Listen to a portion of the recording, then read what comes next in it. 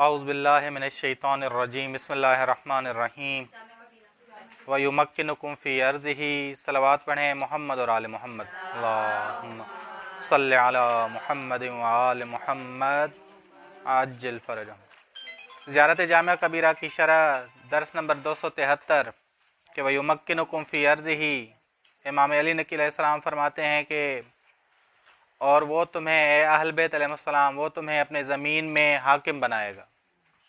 زیارت جامعہ کبیرہ کا یہ فقرہ بیان کرتا ہے کہ امام زمانہ کے ظہور کے بعد اہل بیت علیہ السلام کی وسیع حکومت ہوگی اور تمام انسان اہل بیت علیہ السلام کی حکومت کے سائے میں اللہ کی مادی اور معنوی عطاؤں سے بہرامند ہوں گے۔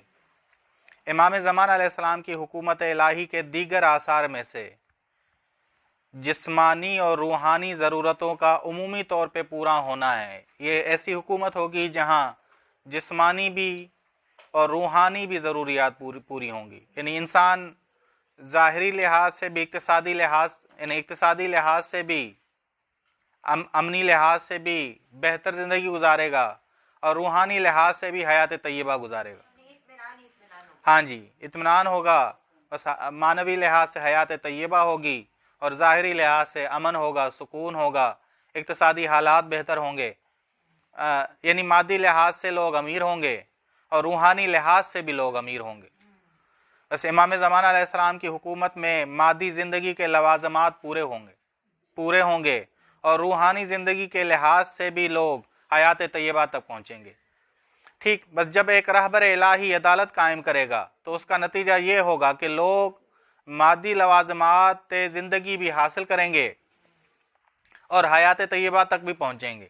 کہ امام جعفر صادق علیہ السلام فرماتے ہیں اللہم صلی علی محمد وآل محمد، جب لوگوں کے درمیان رہبر الہی عدالت قائم کرے گا تو لوگ مادی اور روحانی لحاظ سے بے نیاز ہو جائیں گے، یعنی حیات طیبہ تک پہنچیں گے۔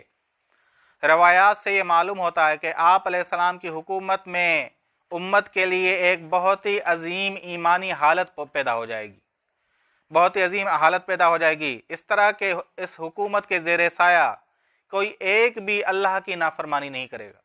یہ روحانی فائدہ ہے کہ ایک بھی اللہ کی نافرمانی نہیں کرے گا۔ حدیث قدسی میں آیا ہے کہ میں ان کے درمیان مہربانی الفت، کہ خداوند عالم ارشاد فرماتا ہے میں ان کے درمیان مہربانی الفت شفقت اور پیار کو ڈال دوں گا، پس وہ ایک دوسرے سے ہمدردی کریں گے، آپس میں برابر مال تقسیم کریں گے، فقیر مستغنی ہو جائے گا، بعض پر فوقیت نہیں جتائیں گے، یعنی طبقاتی سسٹم نہیں ہوگا جیسے مڈل کلاس ہے، لوور کلاس ہے، ایسی چیزیں نہیں ہوں گی۔ ٹھیک، بس طبقاتی سسٹم نہیں ہوگا اور کوئی کسی پر بڑا نہ ہوگا، کوئی کسی پہ بڑا نہ ہوگا، بس معاشرے میں عاجزی ہی عاجزی ہوگی، حیات طیبہ ہوگی۔ ظاہر ہے دنیا سے غریبی، فقر اور فلاکت کا خاتمہ اور اقتصادی فلاح و بہبود اور معاشی ضرورتوں کی تکمیل عصر حاضر کا سب سے بلند نعرہ ہے۔ ہر حکومت انتخابات جیتنا چاہتی ہے تو روٹی کپڑا مکان یہ ساری چیزیں یہ نعرے لگاتی ہے، لیکن یہ کام اس وقت ممکن ہے جب تمام انسانی معاشروں میں کامل طور پر سماجی اقتصادی انصاف قائم ہو جائے۔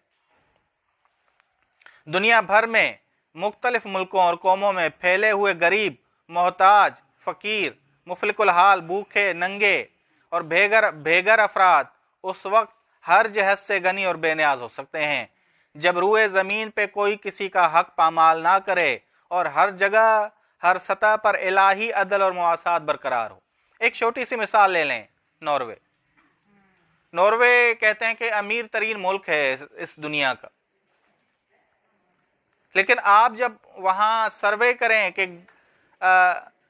سردی کے ایام میں کتنے فقیر مر جاتے ہیں سردی کی وجہ سے، جو امیر ترین ملک ہے، کیونکہ مواسات نہیں ہے، عدالت الہی نہیں ہے۔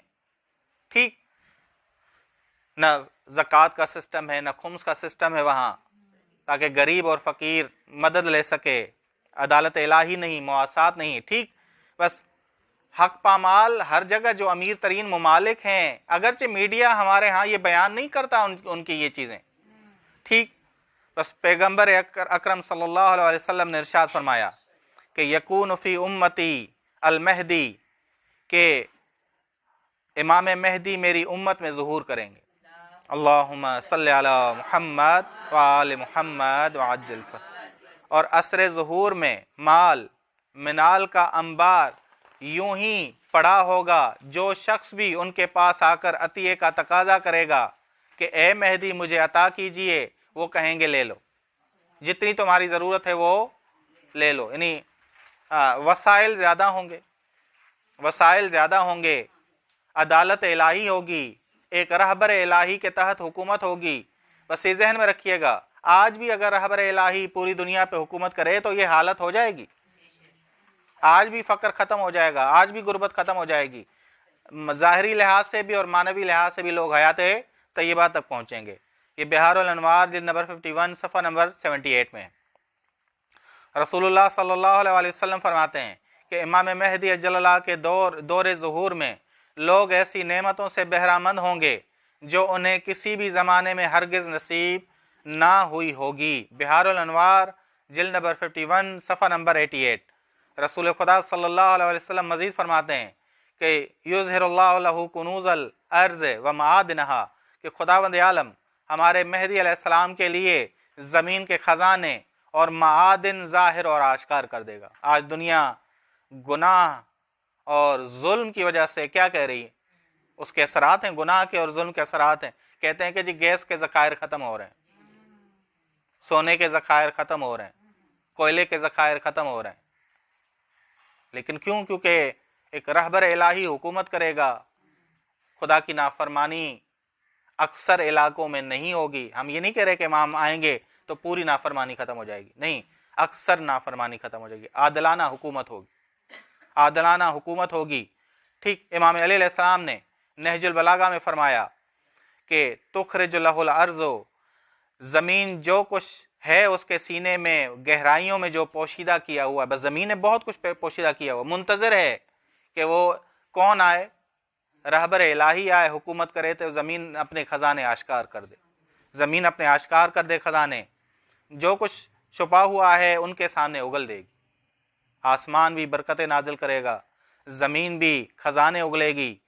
अब इन ख़जानों में मुराद सिर्फ आपका ये ना जाए कि कहीं हर जगह देग निकलेगी सोने की और अपनी ज़मीन खोदना शुरू कर दें, नहीं, खेती बेहतर होगी, बरसात बेहतर होगी, ज़मीन ज़रखेज़ होगी। ठीक, और तमाम वसाइल और इम्कानात और बरकतें उनके कब्ज़े और इख्तियार में दे देगी।